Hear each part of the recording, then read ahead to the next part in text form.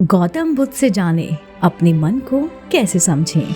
जी हाँ दोस्तों, आज की कहानी और सीख हमें क्या सिखाती है, चलिए जानते हैं। लोग अक्सर परेशान रहते हैं और उनको समझ में नहीं आता कि इंसान को मन को कैसे समझना चाहिए। आखिर मन हमसे कब क्या और क्यों कहता है, हमें लालच क्यों आता है, हमारा मन हमें अच्छी चीज़ें करने के लिए ही क्यों नहीं प्रेरित करता।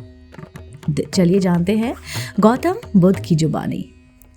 दोस्तों, एक बार एक व्यक्ति बुद्ध के पास आता है और उनसे पूछता है कि बुद्ध अपने मन को कैसे काबू में करें और उसे समझने के लिए पहला चरण क्या है और हम कहाँ से इसकी शुरुआत कर सकते हैं कि हमारा मन हमारे वश में आ जाए।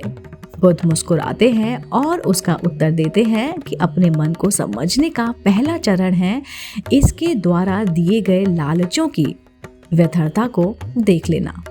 जी हाँ, जिस इंसान को अपने मन के द्वारा दिए गए लालचों की व्यर्थता को देख लिया, उसने इससे मुक्त होना शुरू कर दिया। और इसके बाद वह व्यक्ति बुद्ध से पूछता है कि हमारा मन जो हमें लालच देता है उसके व्यर्थता को कैसे देखा जा सकता है। बुद्ध कहते हैं अपने अनुभव से।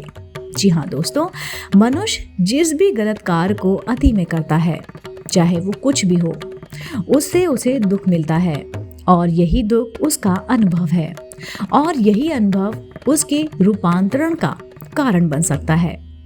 जिसने देख लिया है और वास्तव में देख लिया है कि नशा करना केवल दुख है, उसे नशे से मुक्त होना शुरू कर दिया है। जिसने देख लिया है कि ईर्ष्या केवल खुद को जलाती है और वास्तव में देख लिया है, उसने ईर्ष्या से मुक्त होना शुरू कर दिया है। तुम्हारा ये देख लेना कि मन लालच तो हमेशा तुम्हें तृप्ति का देता है, लेकिन लगता यह तुम्हें सदैव अतृप्त है। जी हाँ, और यही अपने मन को समझने का पहला चरण है। हम कुछ भी करते हैं, जो भी कार्य हम करते रहते हैं और उसका अंत नहीं होता, वो कार्य, वो चीज़ हमें दुखी देती है।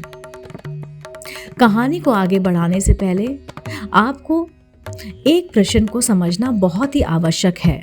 वो प्रश्न है कि आप अपने मन को वश में करना क्यों चाहते हैं।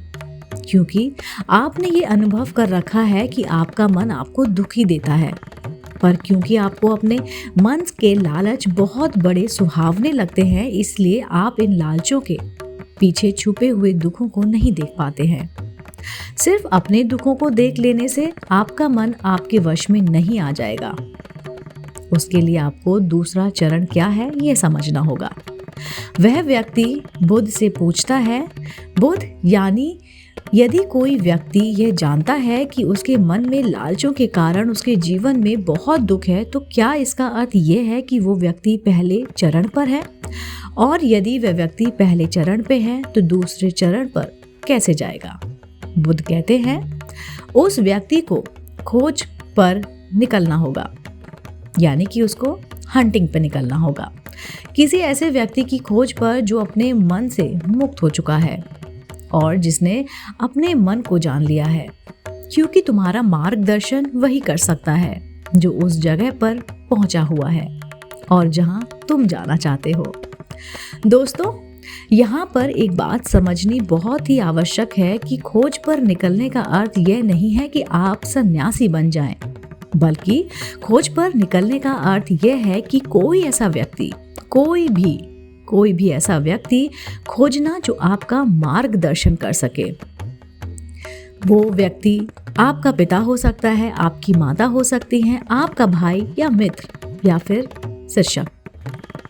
अब यहाँ पर प्रश्न यह उठता है कि ऐसे व्यक्ति पर कहाँ मिलेंगे और ऐसा व्यक्ति हम कहाँ पर खोजें, क्योंकि आस पड़ोस में तो सभी लोग अशांत भरे पड़े हुए हैं।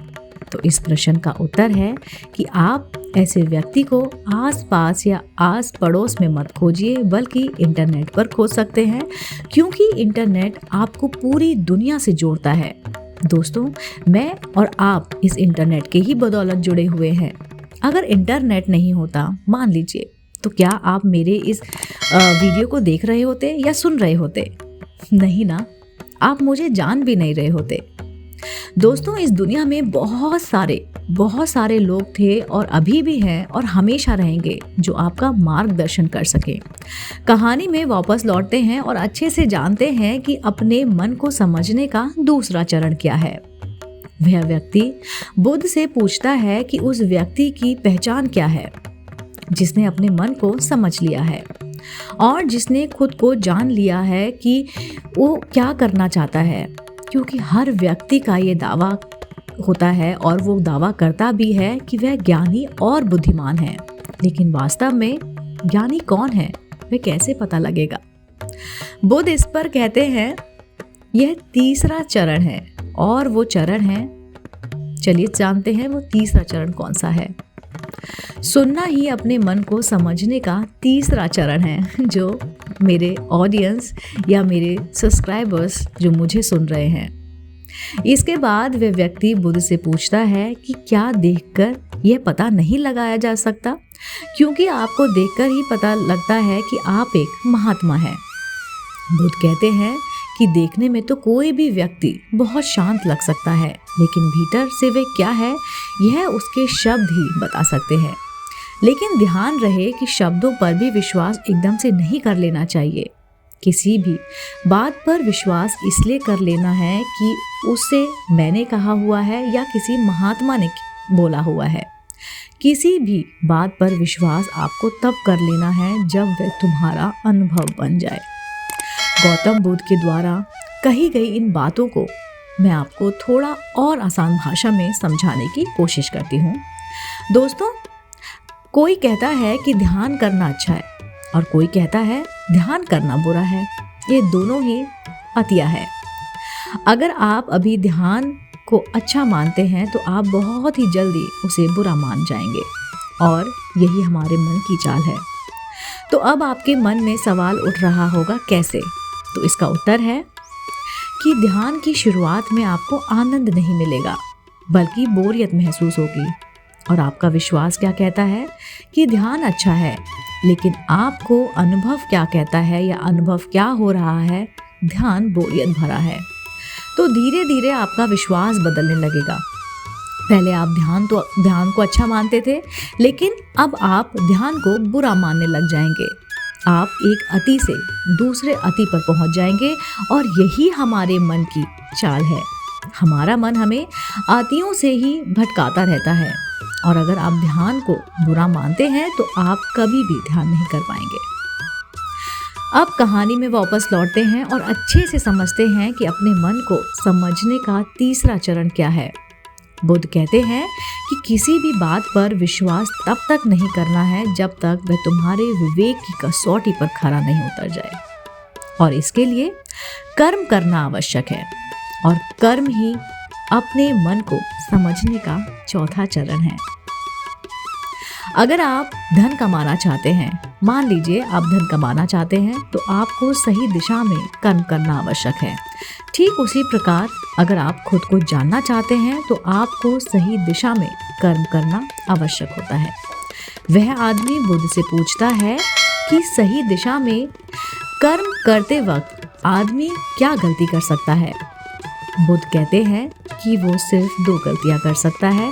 पहली गलती है शुरुआत ना करना और दूसरी गलती है पूरा रास्ता तय ना करना। और इन दोनों गलतियों के पीछे हमारे मन की ही चाल होती है। कोई सोचता है कि मैं शुरुआत कल से करूँगा और कोई सोचता है शायद मैं सफल ना हो पाऊँ। इन दोनों ही गलतियों को व्यक्ति जागरूकता की कमी के कारण करता है।